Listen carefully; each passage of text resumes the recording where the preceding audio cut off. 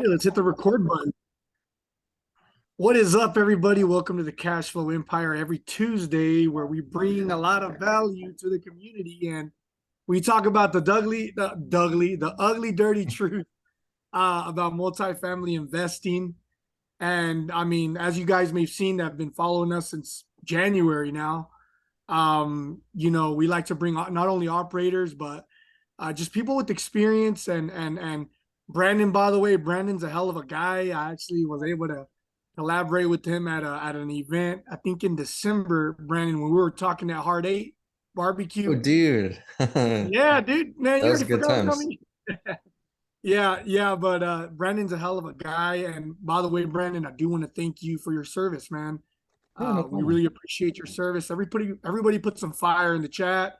Put the American flag in the chat, just to show some love for our vets here. Shirley Bias too is also a vet, and if there's also other vets in the room, we really appreciate your service. And uh, raise your hand too if you're a vet. Also, comment in the chat. We want to show you some love. This is one of the best countries in the world, the country of opportunity, where we all come together and we're able to do things like this and do amazing things together. So it wouldn't be for you guys. So Shirley and Brandon, we really do appreciate your service. Thank you so much. No, thank No you. And problem. and thank you, Brandon. I mean, definitely it's really an honor to have you here because like I was telling the audience, it's very rare when you see a veteran that transitions out of the military and doesn't necessarily do the status quo with the corporate world, right? They start crushing it in other areas and they think outside the box. So it's just so awesome to have you here and have this unique experience with you. Also, thank you everybody for joining us. As you know, like Sergio says, we want to give you the good, the bad, and the lessons learned in multifamily. Why? Because we want to nourish your mind first and foremost, and we want you guys to be a smarter investor, right? Open your mind to alternative investing and look at generational wealth. So without further ado, I just want to present Brandon. Just talk a little bit about Brandon here. Brandon is co-founded Guardian Multifamily, an investment firm offering private multifamily value-add investments to its investors. They purchase in high-growth markets to maximize ROI and minimize risk while uplifting communities. They currently own 40 million under management, and he is also the co-founder of Smart Syndicator, which is a consulting and marketing automation firm dedicated to helping syndicators grow their investor databases and automate streamline their sales pipelines. Obviously, like we just mentioned, he served in the United States Marines from 2003 to 2011, and he now lives with his wife and kids in the Dallas-Fort Worth, Texas. He's also passionate about helping other veterans grow and start their businesses, which is awesome. And you don't see that everywhere. And I think that is, the word is getting out for veterans to start taking an alternative path, right? To keep walking the road less traveled. So welcome, Brandon. Thank you for coming and tell us a little bit Oh, about. let's Um, go. Thanks, Shirley. I appreciate that. And speaking of family, I've got a 4-year-old that may or may not come busting in here crying. It's possible. This is a But family affair. yeah. Um, so yeah, back in when I was in the Marine Corps and I was actually deployed to Iraq, I brought a copy of Rich Dad Poor Dad with me. And I didn't really think much of it because of a friend of mine just gave me a couple books. It's like, hey, you're gonna have some downtime, read through these. Like, okay, yeah, thanks, man. And then so I had some downtime at on our fob, and I started reading this book. I remember vividly, it was like in the midst of a dust storm, so we weren't really, going outside the wire that often. And I started reading this, and it was sort of a matrix moment for me. I was like, wow, I've been lied to for like 20 plus years about, what it means to actually succeed in a capitalist society. And so I made a commitment while I was overseas to when I come back and when I get out, And by the way, you don't have to get out to start investing in real estate. But when I got out, I jumped into real estate with with both feet, and um, started. I really didn't know what I was doing. I invested in a course, learned wholesaling and flipping at a back. It was called Tigrant Learning at the time. This is Rich Dad Poor Dad, one of their products. And really, the biggest takeaway from it was to actually go to networking events to find a mentor, find people that are actually doing what you want to do, and just connecting with them and trying to provide value to them. Don't be like the hungry dog that's like, can I pick your brain, or you know what I mean? It's just the approach is more, what can I do for you? Can I help? Can do due diligence at your properties, or do you need me to shred paper? It's like, whatever you need, dude. Like, I'll help you with it, because I was really just desperately wanting to get into the business and learn. And so I found somebody, and I was able to help him put some capital together for a deal. And he started to take me a little bit more seriously, and ended up basically taking me under his wing to do a bunch of deals together. Before that, I struck out on my own, and well, I shouldn't say on my own. I had one partner at the time, and we went and we bought a foreclosure property at the auction in Las Vegas, which is where I was living at the time, with the intent to flip it, make a quick buck. And we actually ended up losing about $5,000 on that first deal. But the way I look at it is it's more tuition. It's like paying another coach in a way, but it's the market teaching me. A lot of the lessons we learned were we tried to do everything ourselves. We filed an eviction ourselves because the previous homeowner refused to leave. We recorded the deed ourselves, and we screwed both of those up. So the lesson learned is hire people to do that stuff for you. And so it got in and out of that in about 7 months. And we were looking for our next deal after that. We didn't lose any steam because of that. We had to overcome that.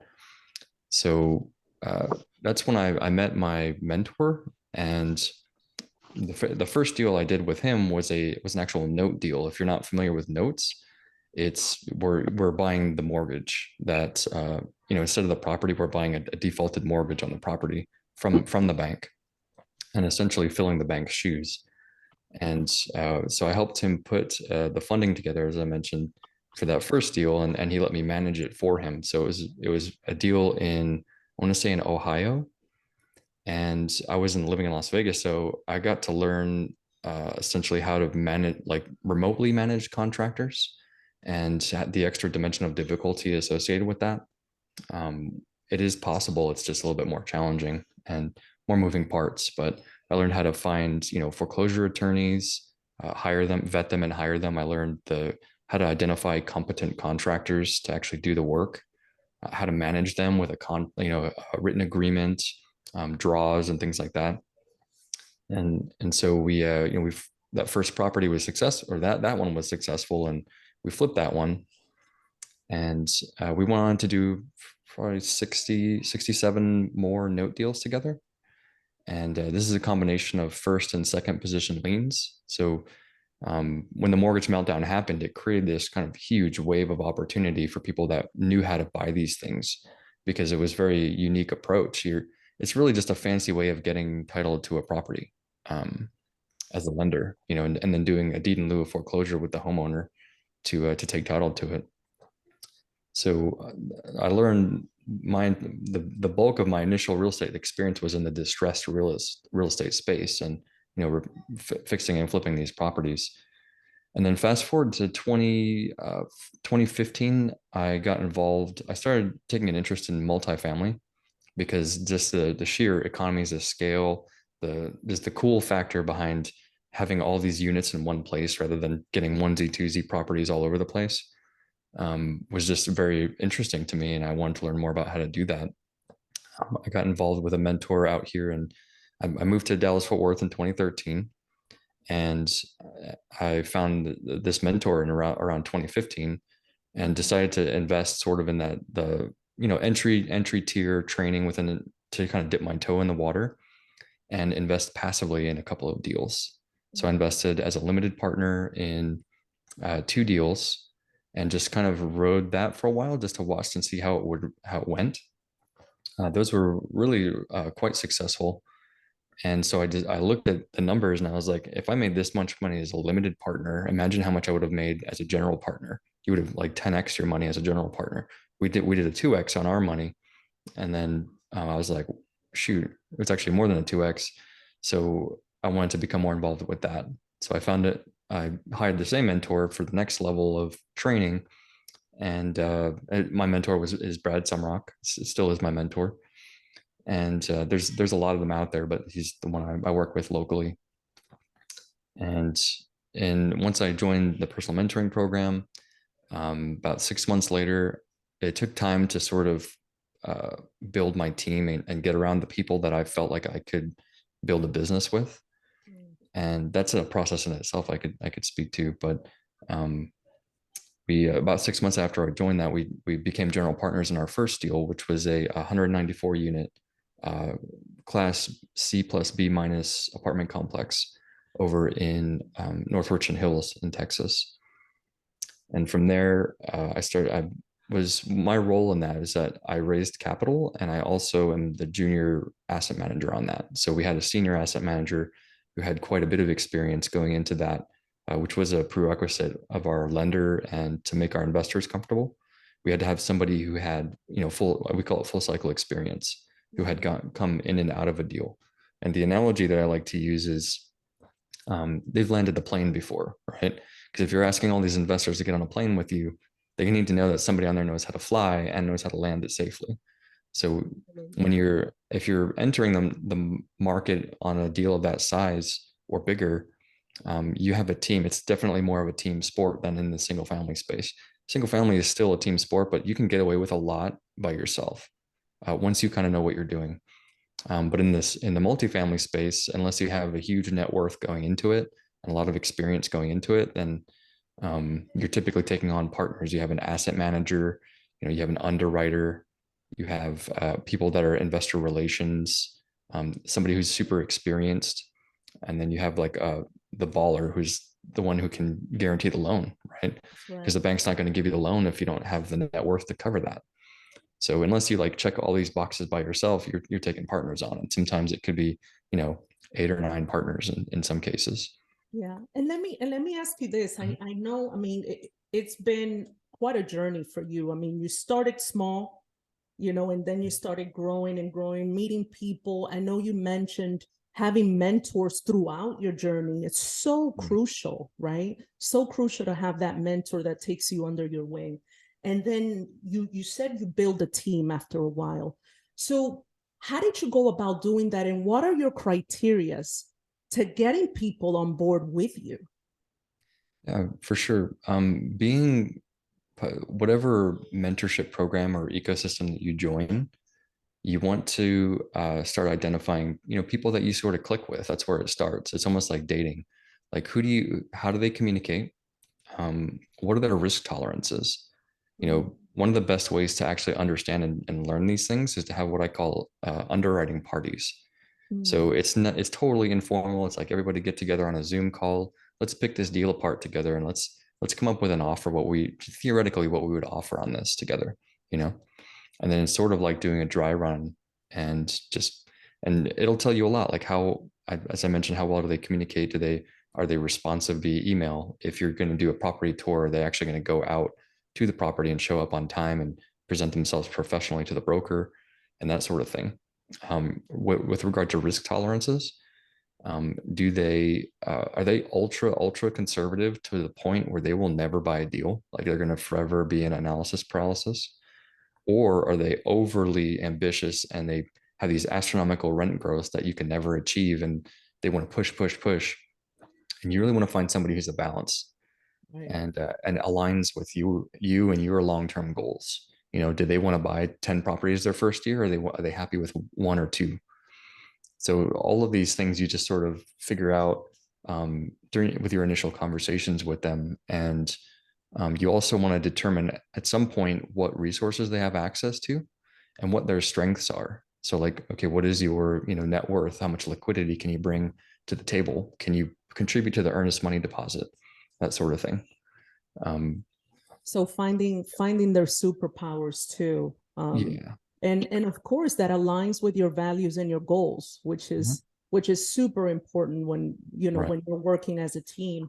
And I know you mentioned, hey, I started as a limited partner.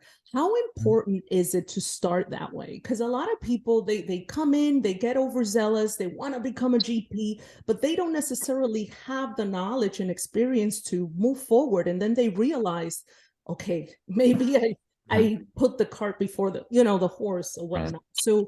So how important is being a limited partner first before jumping in? For me, it was pretty important. It really depends on your entry point, where you are and sort of the continuum of your business.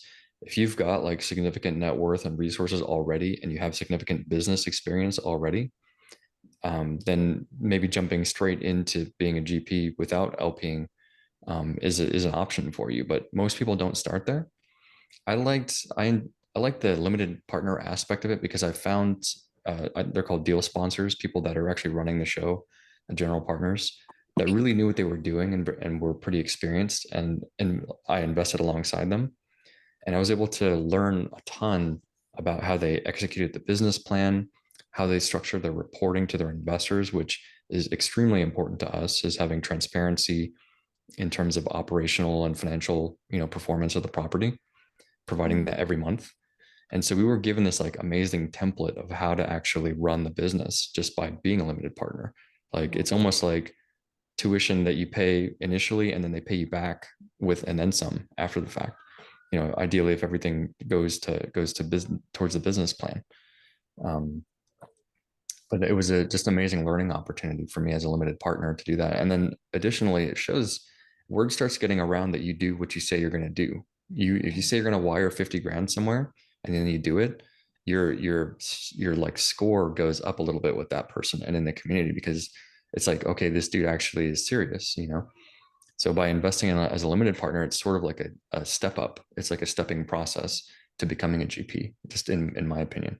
But I'm also like ultra conservative in terms of how quickly I like to pivot or move in a certain direction. So I'm almost to the point of over analytical, but I like to have at least 80% of the facts. I don't need the 100%, but I need like 80% to be able to move. And so I always like to look both ways before I cross the road. Absolutely. Yeah. And being in the military, we're planners, right? So we have to understand What can everything. kill me? What can kill me? Exactly. Just So that is awesome. And I know that you just conducted your summit not too long ago, the VIRE, which is Veterans in Real Estate, which is amazing. I attended virtually, and I was so impressed by the amount of veterans that are actually going into this space and are crushing it. So how important is it for you to open this up to veterans that might not know a lot about this but are interested in coming into the space? And I mean, I think that real estate is one of the best ways to build generational wealth. And I believe that with veterans putting their life on the line to protect the land, like why not? Why shouldn't they own a piece of it, or significant pieces of it?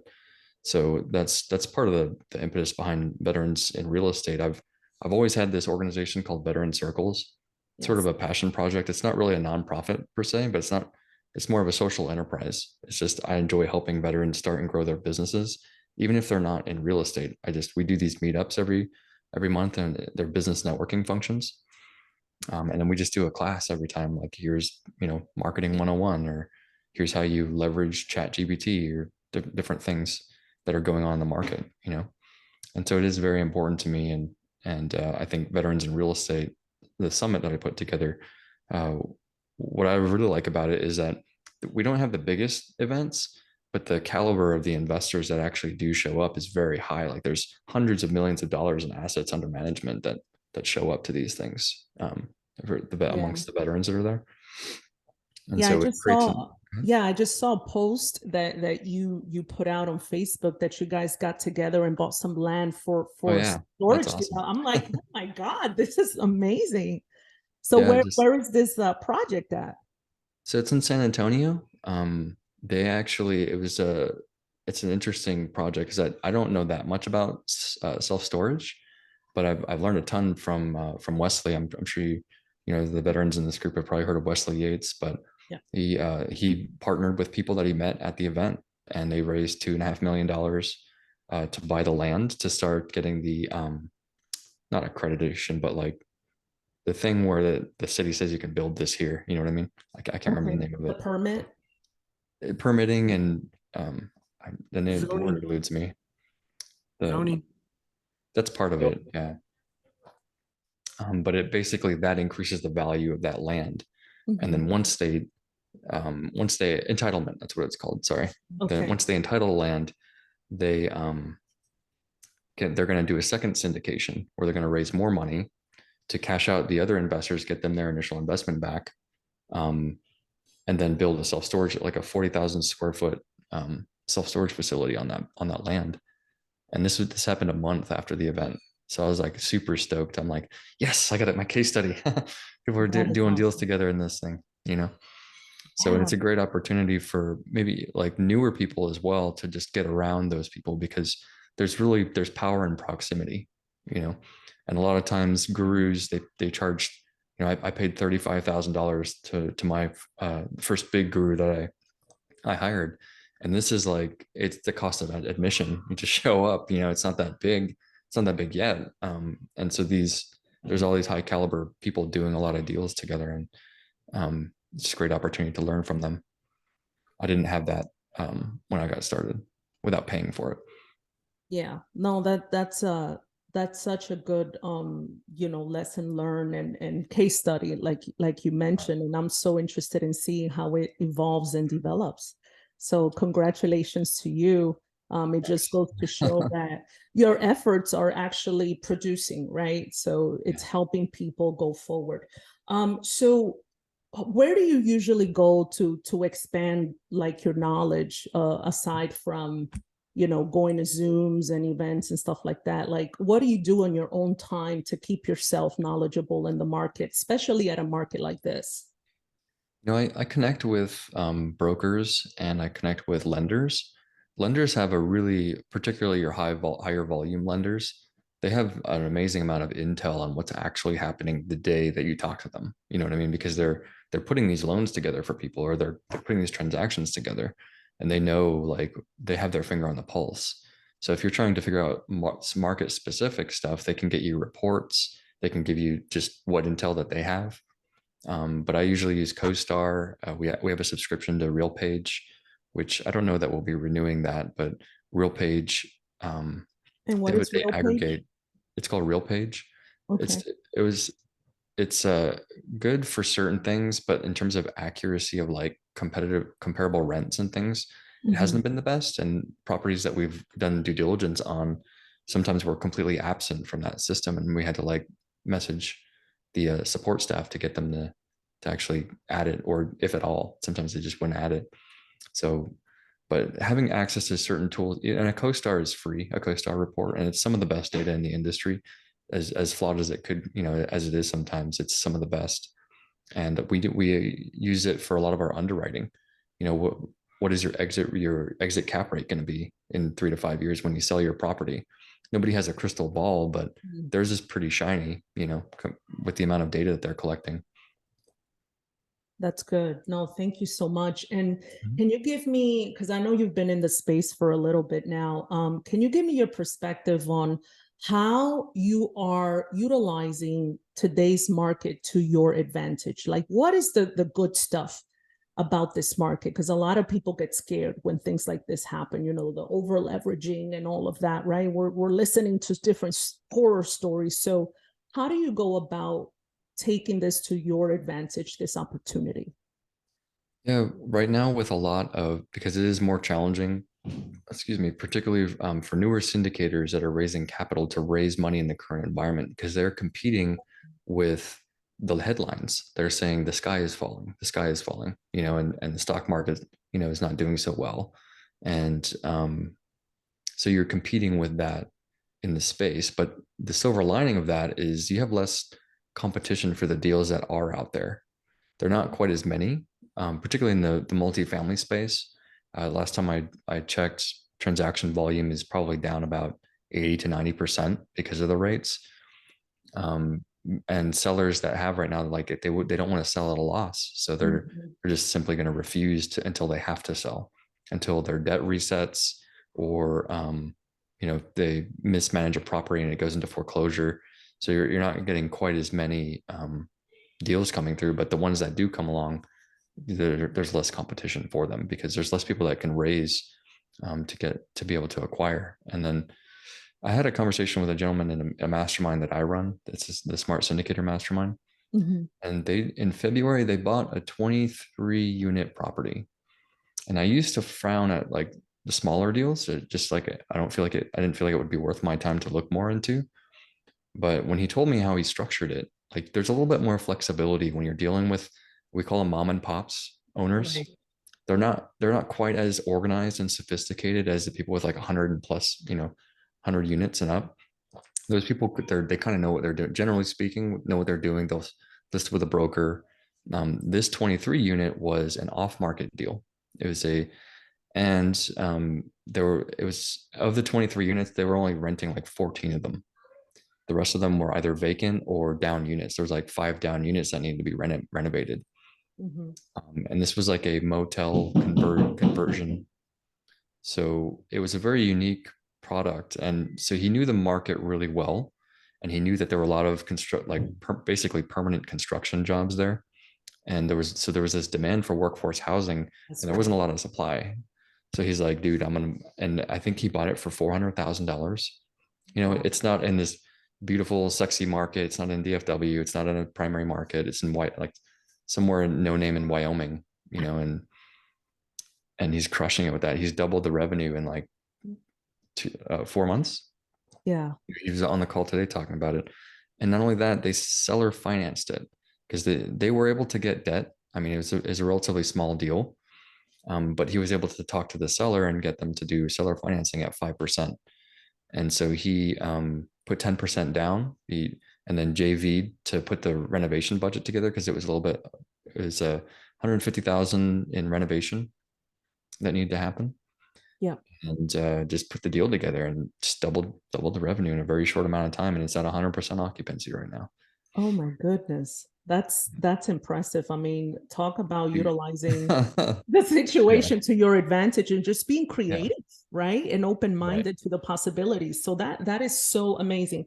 So what has been throughout your journey, lessons learned that you can provide to our audience about your experience within multifamily? My biggest hurdle I needed to get over initially was the imposter mindset, imposter syndrome of like, particularly when I went to go raise money for my first deal, I was like, I'd never raised as a syndicator before. Yeah. And I was like, why on earth would somebody wire me $100,000 that I don't like personally? We're not like family, you know what I mean? Like we're friends, but or people that you just have in your extended network. What would inspire them to do that? And the first wire I got, I was like, oh crap, this works. And so I just went with it. You get the first wire and it just something clicks in your mind about, oh, I can raise money. I can do this. So that was the first thing, is getting over that imposter syndrome. So the second thing is being willing to not be in control of everything. Because in the single family, in the note space, like, yeah, there's moving parts with a note. Like you don't have title to the property just yet, but you only had to answer to yourself. You know what I mean? Or maybe one partner, and it didn't feel as stressful in the beginning, but I had to learn over time to like, hey, lean into my partners, lean into their expertise and listen, to the experienced asset manager, or sometimes, give him guidance on certain things. That's right. So it became this interesting dynamic of exchange of energy, of exchange of collaboration, whereas it used to be just me making the decisions, or me and one other person making the decisions.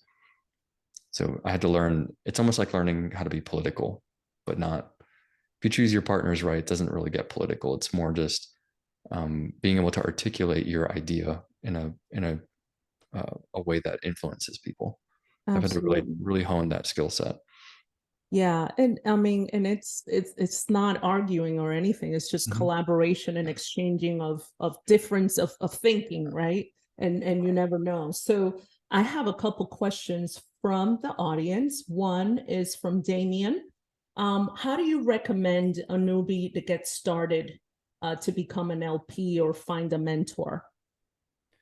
Yeah, so there's a number of mentors out there. What I would recommend doing is talking to their students, and seeing what they're doing. You know, if this, it's one thing to talk to the mentor because they're selling you something, but the mentor or the mentees are actually experiencing the program, going through it, experiencing challenges or not, or doing really well. And so they'll have the best intel for you.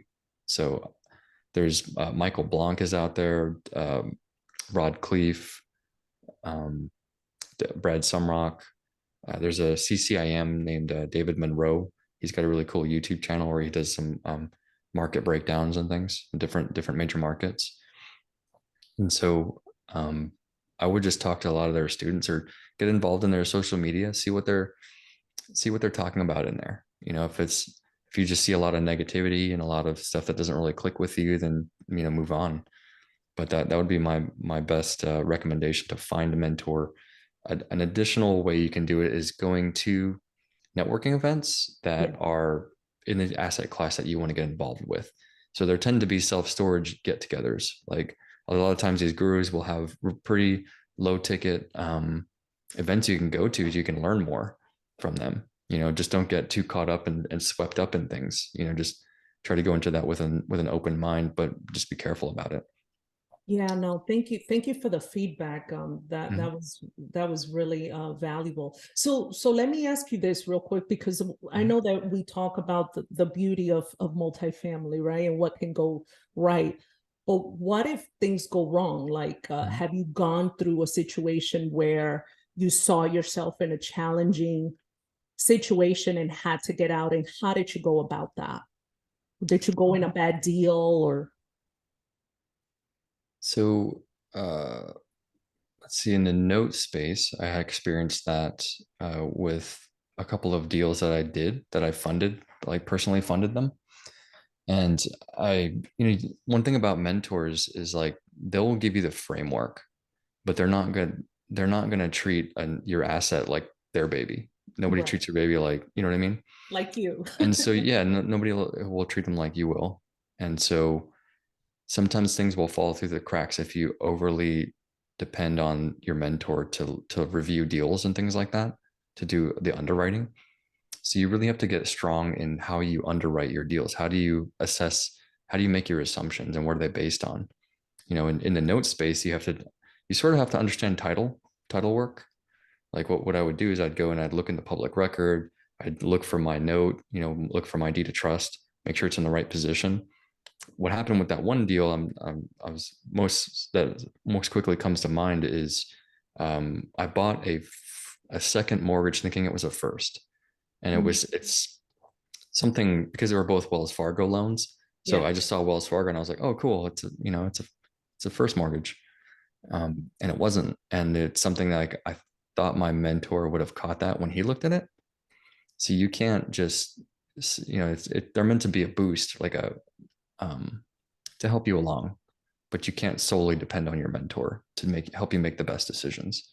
absolutely. You have to do your own due diligence. So that Right. is very, very Yeah. important. You never stop doing your homework. And I'm so surprised that we've come almost to the hour Oh, just shoot. having this. I know, right? We're just flowing in the conversation. And I mean, Mhm. you're providing so much great value. And we thank you so much, Brandon. Jonathan, you have a question. And I helping you chill a little bit with the question from the audience really quick. Mhm. So this question from Heather: when you were getting started raising funds, were you partnering with other investors to pitch your deals initially? Yes. So it's on a deal like 194 unit size. It's not as easy to get. That's not a deal you typically start with, but that was my first multifamily deals at GP. Mm. And so somebody had already put it under contract and had approached us for assistance with the deal. And so to long answer short is yes, when we started, we were pitching other people's deals. They became our deals because they essentially signed us on as partners. Because you can't just go out and raise capital and that's your sole purpose. You can't, it's not compliant with SEC regulations. You Right. can't just be a capital raiser. You have to have some type of substantive duty, showing up to the asset management calls, helping with underwriting, that sort of thing, getting bids, getting quotes. So there's different activities. There's no shortage of work to be done on a multifamily property of that size. Gotcha. There's another question from Willie Enriquez. What was one of your biggest hurdles raising funds for your deals on your first deal? Yeah, and I'm glad you asked that because we already talked about sort of the mindset side of it. Yep. But from a technical and a functional standpoint, having an engaged database of investors is extremely important. And I was reaching out to people I hadn't talked to in 10 years. And if you were raising capital for deals, that's not really like a good business practice. You need to stay in front of your investors consistently and provide them value, provide them educational materials and emails, webinars from time to time, and that sort of thing. So, because if you're not top of mind, there's this huge mountain you need to climb over to get them to invest in your deal. But if they're already familiar with the business model, they already know what you're about, they already know, like, and trust you, then that's a very fluid conversation with that investor, and they'll invest. There's a much higher percentage of them that will invest. Absolutely. So at the end of the day, it's all about the relationships, right? So you foster those, and then it'll become that much easier. Jimmy, you have a question? Yes, thanks, Shirley. Hi, Brandon. Hey. Thanks for sharing your knowledge here. And my question is, as an LP, how important it is for you to vet the team that you're gonna be invest with? Yeah, and what was your experience? That's probably more important than vetting the deal, because you can have an amazing deal that's run poorly by a team that's mismanaging it. So the short answer is it's extremely important, if not the most important thing, to vet the sponsors. Some of the things that you can do to vet them is ask them, maybe how many of these they've done in the past. If it's not them, who on the team has done a number of these in the past, because there's typically somebody, at least one person, who's very experienced, who's sort of guiding everything. And then you'll also want to ask them how much money they're putting in. They should at least be putting the minimum into the investment alongside you, because why would I invest in something if they don't believe in it? If they believe in it, why don't they put their own money in? And I realize it comes to a point, if you're doing a volume of these, you run out of $50,000 checks to put in. But you look at the volume that they're already doing. If that's a potential factor, that just consider that, how much are they putting in?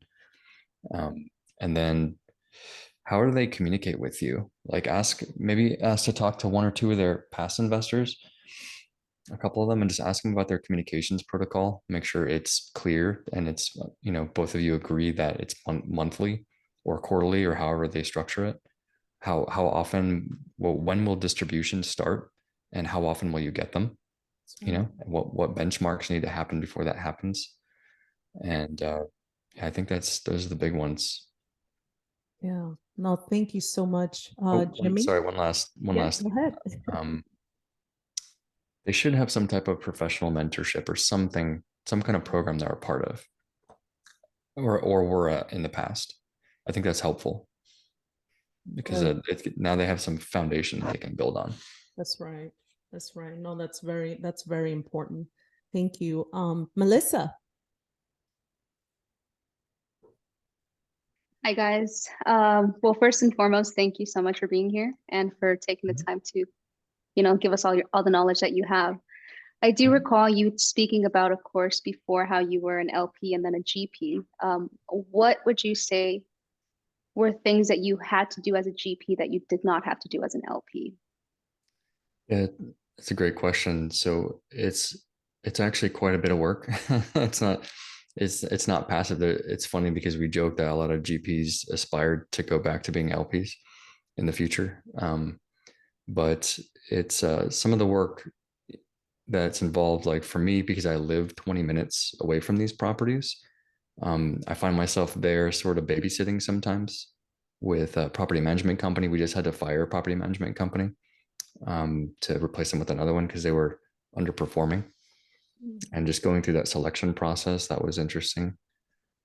Finding contractors that can handle scale, because you can't just grab the same contractor who would renovate a house for you. It's just not going to work, because there's a different level of economies of scale that you need. That I didn't. It was a little bit challenging initially to find contractors, particularly during COVID, when it just, a lot of people were just doing different things, and it was hard to find qualified talent. But we overcame that, and having everybody depending on you and your team, it can be a little bit stressful. So there's just a couple of things that you need to consider before becoming a GP. It is not I wouldn't say it's a full-time job. I mean, if you have a lot of properties, it can be, but it's certainly it's not passive by any means. Absolutely. I mean, everybody sees it as glamorous, right? As the Yeah. gold post that So you you get need into to your get first to, one and you but, roll up your there's sleeves. just absolutely. So, Coaster, your question. Yes, thank you guys. Thank you, Brandon. Mhm. So my question for you, would you ever do a deal with a GP that's you feel that has a lot of value but may not want to bring any money into the deal? Have you ever done anything like that? We haven't. Part of the reason that I joined the ecosystem that I did with Brad Sumrock is it was quite expensive to become a part of that. And what that does is it just shows a level of commitment and a level of commitment to learning, and the ability to bring financial resources to the deal. Like, it's not on the size of the deals that we're doing, it's generally not like a no money down type of deal. It's a very different business model. We have to raise quite a bit of capital. So it's generally not something, at least on these bigger properties, that we would do. They would need to bring some level of, because we've already got an underwriter who's gifted. He's like a quant. We have an asset manager, and so there's not a ton of room left on our team to actually do things, but that's just me. There's a lot more syndicators out there. There's a lot of people that are just getting started that don't have a team, and they would be great people to connect with to get into your first deal if that's something you're looking to do. But just showing that level of commitment and being part of a mentorship program, I think would help you out very, very quickly. Awesome. Thanks. Mm-hmm. Thank you. So we're going to take one more question, and then we're going to prepare for our breakout rooms. So our last question, Brandon, is, could you speak on your partnership agreement on your first deal? Yeah, typically what we do is we do an 80-20 split between the GPs and the investors. I've seen it done like a ton of different ways. We didn't use a pref, which is short for preferred equity. Mm-hmm. Which sometimes you'll see these offerings that come out and they're like, hey, we'll give you a 6% pref, and then we'll do a 70-30 split on the back end. What that means is that you're basically, the LPs are getting 6% on their money before anyone gets any distributions. And whatever's left over after that gets split 70-30, 70% to the investor, 30 to the GPs. So we just did a straight 80-20 split on that. And then in the 20%, that's what we sort of slice and dice up between the GPs, just depending on their role, their level of financial commitment, and that sort of thing. Yeah, awesome. Thank you for that. Yeah, no problem. So definitely let us know where we can find you and what events are coming up that would be great for any audience to attend for you. Yeah. I have it's a marketing platform, and there is a mastermind component to it. It's called Smart Syndicator. And what it's used for is for helping syndicators organize their marketing in a way that makes it more efficient to raise capital. and it helps them connect with other potential co-sponsors that are raising capital to buy apartments. Or we actually just brought on our first self-storage user, and we're adapting some of the technology to help with theirs. But it provides, it's a replacement for your CRM, for your ClickFunnels, for Calendly, like all that stuff. But there's a weekly mastermind that we do every Tuesday at 10 a.m. Central. So some of those are run by me. A lot more often than not, I have subject matter experts that come in and give a class. Awesome. Thank you. And No problem. everybody, we just placed the link on the chat if you guys are interested. Thank you so much, Brandon. This has been such an amazing session with you. I mean, you're crushing it, most definitely. Okay. You got your ducks in a row, and as well, you're giving back to the community, not only to the community, but to the veteran community, and I commend you for that. So thank you so much for donating your time to the Cash Flow Empire tonight. So we're going to go ahead, guys, and we're going to do quick 2 breakout rooms. So some of